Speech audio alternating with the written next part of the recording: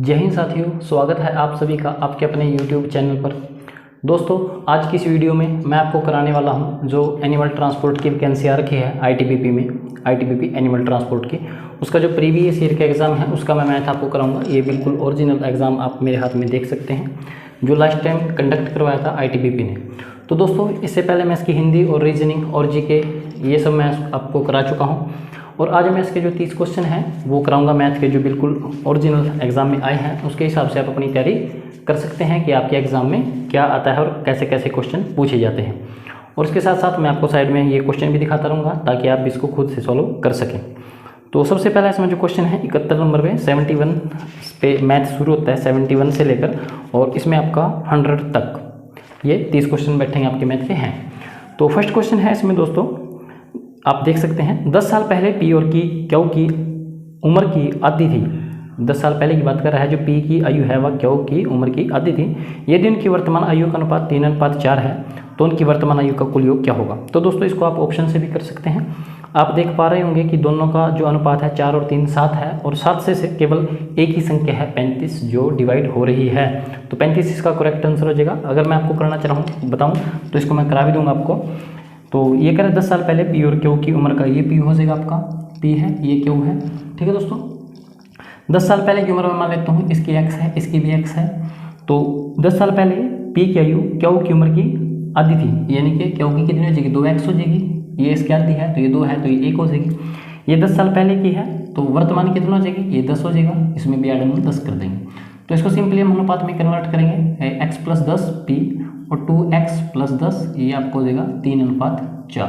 ठीक है दोस्तों, यहाँ से आप इसका अनुपात निकाल सकते हैं। यहाँ से इसको सिंपल मल्टीप्लाई करेंगे, क्रॉस मल्टीप्लाई, ये हो जाएगा 4x और इसको करेंगे 3 दूनी 6x। अब किसी को भी करो पहले, कोई फर्क नहीं पड़ता। 3 दूनी 6x हो जाएगा और 10 3 30 हो जाएगा, +30 बराबर ये हो जाएगा 4x + 40। तो ये इधर आके माइनस हो जाएगा, 6 में 4 के 2x और ये इधर जाके माइनस हो जाएगा बराबर 10, और x की वैल्यू यहाँ से आप काटेंगे 2 5 10, ये हो जाएगी 5।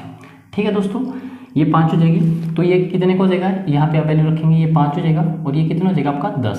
पर ये 10 साल पहले का है, 10 साल ऐड करेंगे इसमें, ये 10 ये 10, तो ये 20 साल को हो जाएगा, ये 15 साल को हो जाएगा। और वर्तमान में दोनों में क्या ये कोई 20 और 15 35, और ये हो जाएगा आपका सही जवाब दोस्तों।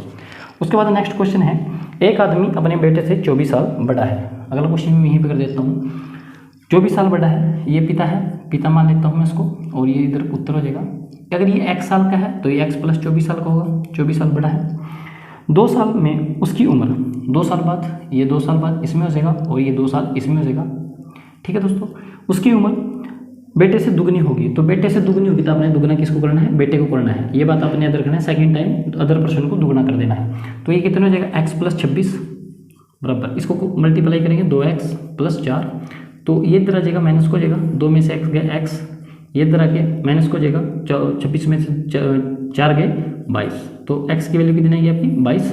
और उसने क्या पूछा है, पुत्र की वर्तमान आयु, पुत्र की वर्तमान आयु हमने कितनी मानी थी, x मानी थी, और तो ये कितना हो जाएगा 22 साल। तो ये आपका सही जवाब हो जाएगा दोस्तों। उसके बाद फिर एक और आपको एग्जाम जो क्वेश्चन आया है वो भी इन्होंने किसका दिया है, आपका जो एज वाला चैप्टर है उसी से में से दिया है। और आप देख सकते हैं 3 क्वेश्चन एकदम इन्होंने एज वाले चैप्टर से दिए हैं, तीनों के 3 क्वेश्चन एज वाले से हैं। तो नेक्स्ट क्वेश्चन हमारा है, सुमन और राधे की वर्तमान आयु का अनुपात 5 और 4 है, यानी कि 5:x है। सुमन है, ठीक है दोस्तों, तो ये मैं आपको कर देता हूँ, सुमन, सॉरी एक मिनट,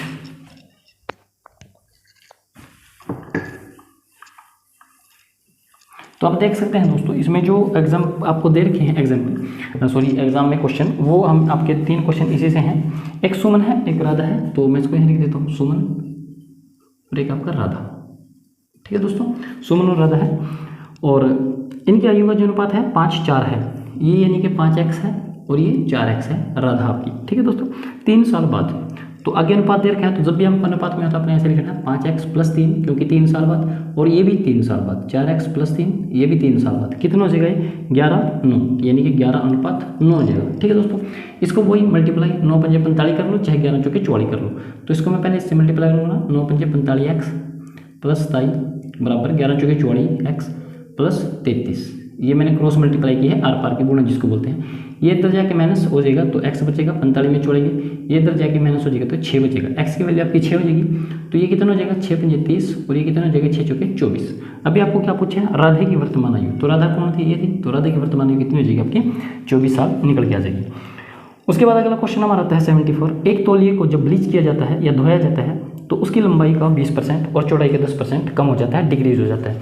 तो हम इसको करेंगे दोस्तों, हम 100 मान के करेंगे, 100 में से कम ज़्यादा करेंगे इसको। तो लंबाई कितनी होगी 20% कम हो गई, तो 100 में से 20 गया 80% रहेगी वो लंबाई, और चौड़ाई भी 10% कम हुई तो चौड़ाई रहेगी आपकी 90 और परसेंटेज नाम का 100। तो ये 100 से 100 कट जाएगा, ये 0 से 0 8 में 72 हो जाएगा। पहले कितनी थी वो 100, अब कितनी है 72, तो इसमें कमी हुई या वृद्धि हुई, तो कमी हुई, 100 थी 72 होगी, तो कमी हुई, कितनी हुई कमी 28 की, 28% इसमें क्या होगी कमी हुई, ये बात आपने याद रखना है। अगर ये 100 से ज़्यादा आता है, सपोज करो 105 आता है तो 5% की वृद्धि होगी, तो 28% इसका आंसर आ जाएगा। उसके बाद आपको क्वेश्चन दे रखा है, कुछ क्वेश्चन दोस्तों आप जो ऑप्शन है उसको उठा के भी आराम से कर सकते हैं, अगर आप ऑप्शन उठा के करेंगे तो ज़्यादा ईजी हो जाएंगे। ठीक है दोस्तों, कुछ हैं जो लेंथी हैं वो प्रॉपर तरीके से आपको करने पड़ेंगे। नेक्स्ट क्वेश्चन है 75। एक आयताकार भूखंड का क्षेत्रफल दे रखा आपको 460 वर्ग मीटर। यदि भूखंड की लंबाई चौड़ाई से 15% अधिक है तो भूखंड की चौड़ाई क्या होगी। ठीक है दोस्तों, तो लंबाई आयत का क्षेत्रफल का फार्मूला क्या होता है, आयत का क्षेत्रफल जो होता है हमारा, आयत का क्षेत्रफल उसका जो हमारा फार्मूला होता है वो कितना होता है, लंबाई गुणा चौड़ाई, ये होता है दोस्तों, लंबाई गुणा चौड़ाई होता है, ये आपको पता ही हो। तो आयत का क्षेत्रफल आपको दे रखा है 460 वर्ग मीटर, और लंबाई चौड़ाई में क्या बोल रखा है, मैं इसको ऑप्शन उठा के करूँगा, तो चौड़ाई आपको ऑप्शन से उठाऊंगा मैं, तो मैंने 20 ऑप्शन उठाया क्योंकि 20 इसका आंसर मैं सिंपली करने के लिए आपको बता रहा हूँ जस्ट। तो 20 अगर इसकी लंबाई है तो चौड़ाई कितनी होगी, ये लंबाई है तो 20 का 15% अधिक यानी कि 115%। ठीक है दोस्तों, तो ये 20 पंजे 100 और 23 पंजे 115 होता है, तो ये कितना हो जाएगा आपका लंबाई चौड़ाई, यानी कि ये आपकी 20 हो जाएगी लंबाई और चौड़ाई कितनी हो जाएगी यहाँ पे 23, ये जी देखो 23 दूनी छाड़ी, ये दोनों के दो बराबर कर दिए मैंने। ठीक है दोस्तों, लंबाई चौड़ाई, तो क्या पूछा था उन्होंने आपको, चौड़ाई पूछी थी, लंबाई है जो चौड़ाई से, यानी कि जो इसमें बड़ी होगी वो लंबाई होगी, जो छोटी होगी चौड़ाई। अगर लंबाई पूछता है तो 23 है, चौड़ाई पूछता है तो 20 है, जो भी पूछे आपसे बस इन दोनों की गुणा करके ये आपका क्षेत्रफल आना चाहिए, ये बिल्कुल आपका सही जवाब हो जाएगा दोस्तों। ठीक है साथियों, उसके बाद जो अगला क्वेश्चन हमारा दे रखा है वो आपका एवरेज से दे रखा है, एवरेज वाले चैप्टर से, तो उसको देखते हैं दोस्तों। ये कह रहा है क्रिकेट के पहले 10 ओवरों में रन रेट 3.2 थी, तो ये तो आप सिंपली है क्वेश्चन कर भी सकते हैं इसको। तो 10 ओवर थे, तो 10 ओवर में जो उनकी रन रेट थी वो कितनी थी 3.2, तो आप कह सकते हैं कि इन्होंने 10 ओवरों में कितने रन बनाए 32, किस तरह बनाए 3.2 गुणा 10, क्योंकि एक ओवर में 3.2 बना रहे हो, अगर मैच देखते हो तो आपको बिल्कुल पता होगा। तो 10 ओवर में कितने बनेंगे बटे 10, ये पॉइंट हटा दिया मैंने 0 से 0, तो ये आपके 32 आ गए। अभी वो बोल रहा है कि 282 रन के लक्ष्य तक पहुंचने के लिए अब 282 उन्होंने टोटल बनाने हैं, कितने बना चुके हैं वो 32, तो बाकी कितने चाहिए उनको 8 में 2 ये 250 रन और उनको चाहिए। अभी ओवर आपके कितने बचे हैं शेष 40 ओवरों में, तो 250 रन उसको बनाने हैं, कितने ओवर में बनाने हैं 40 में, कितने की रन रेट बनेगी, ये बन जाएगी आपकी, ये बनेगी 4 के 24, 1 4 दूनी 8 4 पंजे 20, तो आपका जो 6.25 आ जाएगा, ये आपकी उसकी रन रेट होनी चाहिए। अगर आप मैच वगैरह देखते हैं तो सिंपली इसको कर देंगे। अगला बिल्कुल सिंपल क्वेश्चन है दोस्तों कि 20 संख्याओं का औसत शून्य है, उनमें से अधिकतम कितनी संख्या शून्य से अधिक हो सकती हैं। तो दोस्तों अगर कोई भी एक संख्या है, अगर मैं उसको शून्य मान लूँ, 20 संख्याओं में से एक संख्या मैंने शून्य मान ली, तो सभी का औसत कितना हो जाएगा शून्य हो जाएगा। तो उससे जो बड़ी संख्याएं हैं कितनी बचेंगी, जो जिसको मैं अगर शून्य भी ना मानूँ तो मेरा काम चल जाएगा, तो 19 ऐसी संख्याएं होंगी जो शून्य से अधिक होंगी। तो ये बिल्कुल सिंपल क्वेश्चन था दोस्तों। उसके बाद आपके पास अगला क्वेश्चन आता है हमारा, यदि क्रमशः 55, 60 और 45 छात्रों के 3 बैचों के औसत अंक दे रखे आपको। ठीक है दोस्तों, इसको थोड़ा सा देखना ध्यान से, हल्का सा।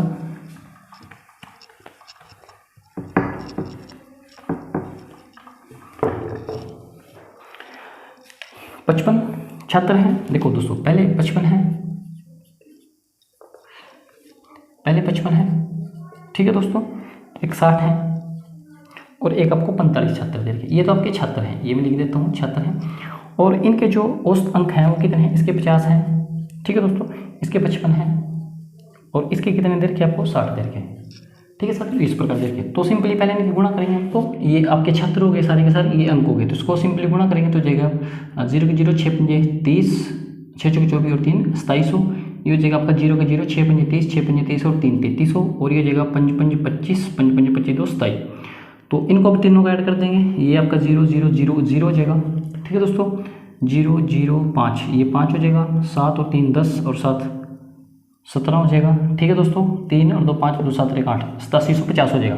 तो ये आपका कितना आया 8750। तो औसत अंक कैसे निकालेंगे, इनको टोटल छात्रों से भाग दे देंगे। टोटल छात्र कितने हैं 45 और 5500 160।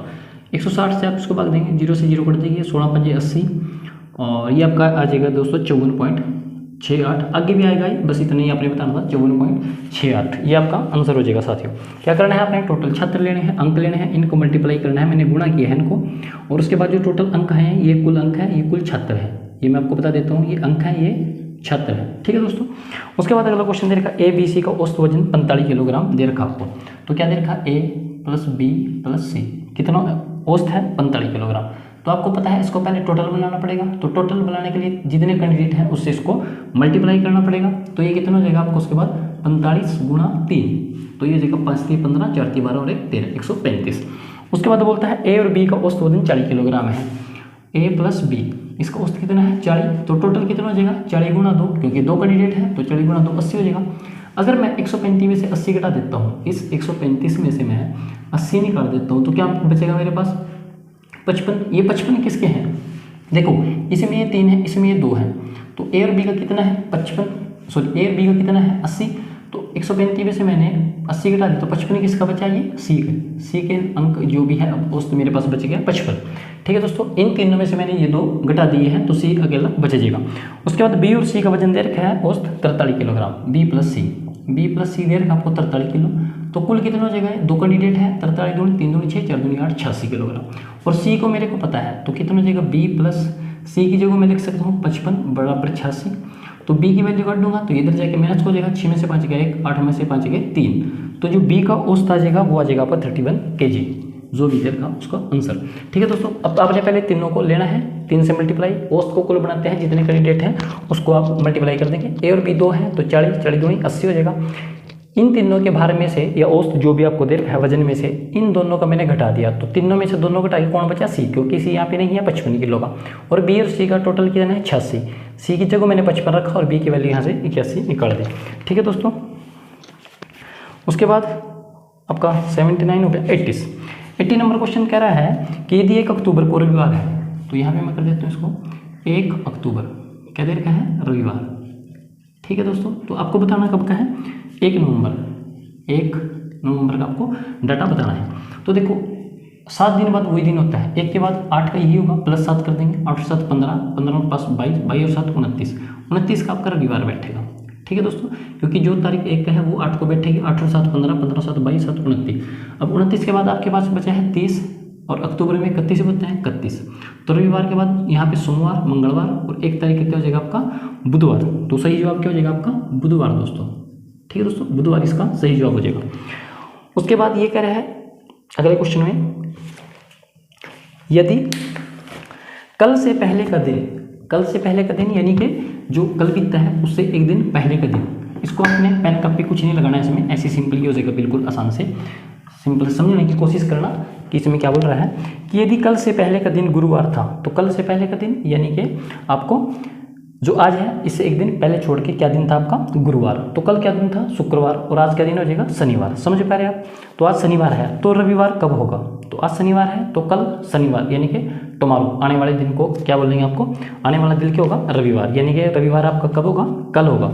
ठीक है दोस्तों, अगला भी सिंपल क्वेश्चन है, एक डेयरी फार्म में 40 दिनों में 40 गायें भूसी के 40 बैग खाती हैं। तो दोस्तों इस प्रकार के क्वेश्चन में क्या होता है, फार्मूला लगता है, आपको पता ही होगा, MDH करके एक फार्मूला आता है हमारा, M1 D1 H1 या T1 जो भी हो, और नीचे आता है उसके W1। ठीक है दोस्तों, और ये किसके बराबर होता है, M2 D2 T2 जो भी है और बटे W2। ये इस प्रकार चलता है, यदि कि वर्क 1 या वर्क 2 आपने नीचे रखना है दोस्तों। ठीक है साथियों, और ये चाहे आप M1 D1 वाला फार्मूला है, मैन काम कर रहे हैं या गायें कुछ भी घासा खा रही हैं, मुर्गियाँ हैं या कपड़े सुखाने का काम है, कुछ भी है उसमें सारे में फार्मूला लगता है।